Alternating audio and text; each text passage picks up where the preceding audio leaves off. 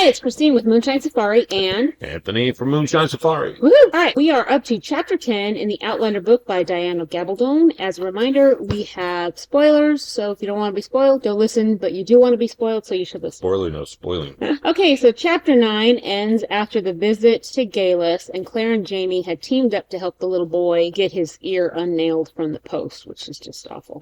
Chapter 10 begins with a lot of preparation for the gathering and the oath-taking. Claire has this idea that it's going to be easy to get away right now because everyone's going to be so busy with the ceremony that they're not going to pay any attention to what she's been kind of making this big plan. She's storing some food away. She's picking out a horse. There's a lot of horses in place because a lot of people have traveled in for the gathering. Like I said, it's like the Super Bowl, Super Highland Bowl. Everyone's coming in, salespeople, it's crazy. She even considers saying goodbye to Colum and then realizes that would probably be a dumb move since that would kind of out her purpose. Well, especially since he told her she's not leaving. Exactly. She said, don't be in a hurry, and it's no big deal. In the show, she's always trying to look around to make her plans, but, it's a little bit different how they portray it in the show. But she is looking around. She is trying to get a feel for how to make this work. So after dark, she actually sneaks out to the stable, and she's kind of trying to make her way in the dark to the horse that she had picked out, and she walks into someone who's on the floor. Guess who? She walks into Jamie. No. I know, it's shocking. Was his shirt off? Not yet. I think he was sleeping, actually. Not yet. He was chilling. And he wants to know what she's doing there. Figures. Jamie's pretty smart about that stuff. He's like, so what are you up to? He knows that she's thinking about getting away. And he tells her, it's a really bad idea. It might. She goes, well, it's not well guarded. Who's paying attention to me? And he goes, you really think that Colum would leave anything unguarded? This many people. And apparently there was some historical incident where people were killed because they were at this kind of a gathering. There was like 50 men killed and people remember this stuff. So he's like, no, it's covered. They might be drinking out there, but they're paying attention. He's like, that's not going to work at all. She's a little bit miffed, was a little bit angry, and also silly for not realizing that this is way too simple to work. He tells her, you know what, we're just going to have to take you back. So he's taking her back. Claire doesn't understand why he needs to take her, since she said she really technically didn't do anything wrong. She hadn't actually escaped. Why does he have to take her? And he tells her, well, there's a lot of guys out here. They're drinking. Doesn't mean that they'll be on their best behavior. You were in this time for like 5 seconds and almost got raped. Right, and somebody already... Hello? Right, so now you're surprised, and every time you go anywhere, they go, hey, better paying attention. Yeah, it's not the same time. So he's like, it's probably better if I take you back. Taking her back, he runs into a group of men accidentally. He's kind of go around the back way. They run into some of Dougal's men. One of them is Rupert. They're giving Jamie a hard time. They're like, where have you been? They find it's interesting that he's been with her. Of course, there's a little bit of winking about that. Wink, wink, nod, nod. And they say, hey, the Laird's nephew, we got to get you to the oath-taking. And so it's kind of clear that Jamie was sort of trying to avoid this whole situation. And of course, Claire got him... Shocked.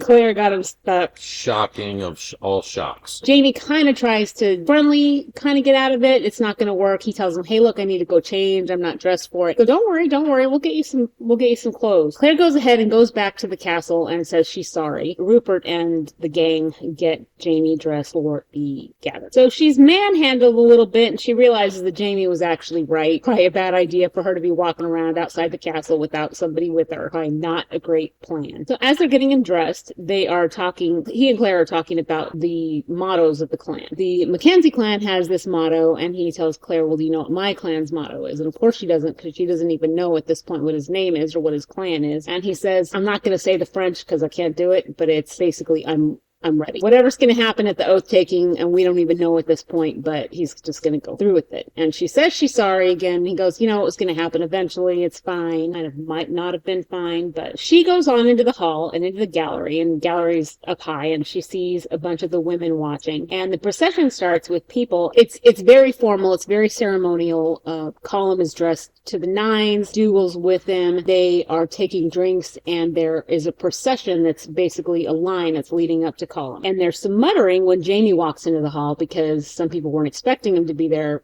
for specific reasons. As people start to make their oaths, Jamie's kind of in the back, and at the very, very back. So the oath is they pledge their undying allegiance to the clan and to Colum as the Laird. And it starts with Dougal, and then it kind of goes through all of the men. At the end, now we have Jamie. She kind of remembers that Jamie had discussed the oath taking with Alec, the master of horse. Saying it right. Yes, horse. Master of horse. And that Jamie said he couldn't make up his mind to do it. So she's kind of understanding that this is what they were talking talking about at this point, because she's still in 1945. She's not from this culture at all. She really doesn't understand all this stuff that's going on. At the end, Jamie gets up and he just walks up to Colin, but instead of taking the oath, he basically says, dude, sorry, I'm not going to give you the oath. What I'm going to do is I'm saying, I'm in your house, I'm on your lands, and I'm going to obey you as long as I'm here, but my oath belongs to my clan. The reason that's a big deal is because they could kill him for being there and not taking the oath, and yet at the same time, if he were to take the oath, now he's eligible to become laird. Dougal wouldn't like that either, and it creates all kinds of tension. They could kill him for that too. They could kill him for that too. Essentially, it's very tense while this is happening, and then when Colin accepts Jamie's oath, everybody sort of relaxes. Jamie takes a big old slug of the whiskey and says he's so happy to be where they like fine whiskey, and everybody laughs and everybody's chill. Jamie handled it well, Colin accepts it, and everybody's going to be good. At the end of the oath taking, Mrs. Fitz tells all the women in the gallery, she goes, you guys need to get back to your rooms. This is not a good time for you to be wandering the castle by yourself again. This is now the second person that said, quit wandering around by yourself. As Claire decides to head back to the room, first she asks Mrs. Fitz, hey, I'll help you. And Mrs. Fitz goes, no, you're one of them. Get back to your room. So Claire's heading back to her room, is a little bit lost, can't find the staircase that goes to her area, and runs into several men that seem to be in the mind to be inappropriate with her. She runs away from the men, and as she's running, she runs smack into Dougal. It happens in the show as well, but it happens a little bit differently. When she runs into Dougal, basically tells the men, get out of here, leave her alone, you're not going to mess with her. When she says thank you and she starts to go, Dougal gives her a hardcore kiss and tells her, better get out of here before your penalty goes up for being out here by yourself. It's a little bit different in the show, which we'll talk about when we look at that episode, but it's a little bit different. But Dougal's definitely not, kind of takes what he wants, say it that way. Pretty much everybody. Yes, but he does let her go. So the next day, even after all the drinking, she's surprised because the men are up and they're moving. They are ready to go on this hunt that they plan to go on, and they're going to be hunting for a boar. Claire's never hunted wild boar before. She's never been around a hunt like this, so she's kind of underestimating how serious it can be. As she's out there, at first she's kind of feeling bad for the boar. There's all these men out there with all these weapons and stuff, and yet there's just this, she calls it this one hairy pig, and yet at one point this one man gets injured and pretty hard in his leg, and she goes, get him back to the castle, I can't stitch him up here. So they take him, and then another man is injured, and it's really bad. He gets hit in the leg, which she thinks she can save, but he's also hit in the stomach, and she's saying, look, it's going to basically cause sepsis. He's going to die either slowly or, well, definitely he can die slowly if we get him back to the castle because I can stop the bleeding in the leg. But Dougal's there, and he's asking her, and he's like, so he can't live. And she goes, no, he can't live.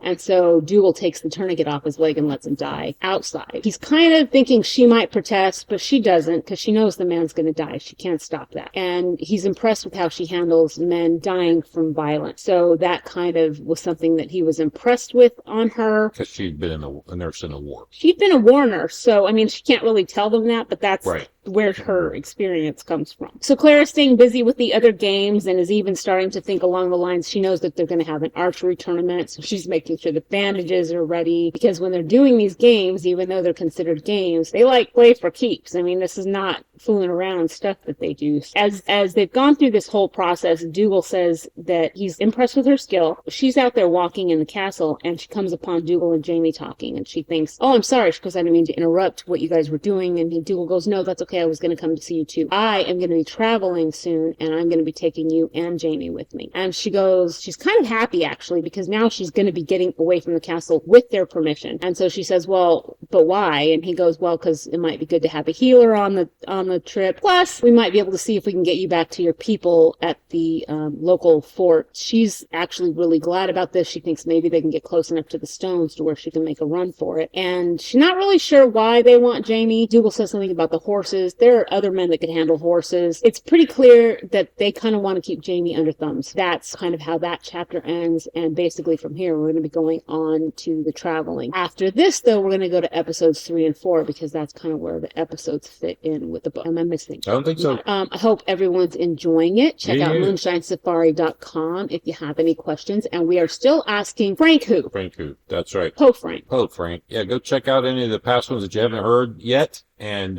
check out our blog merch over there. Yeah, thanks for listening. We really appreciate it. See how it is. Yeah, share with your friends. Thank you. Bye. Bye.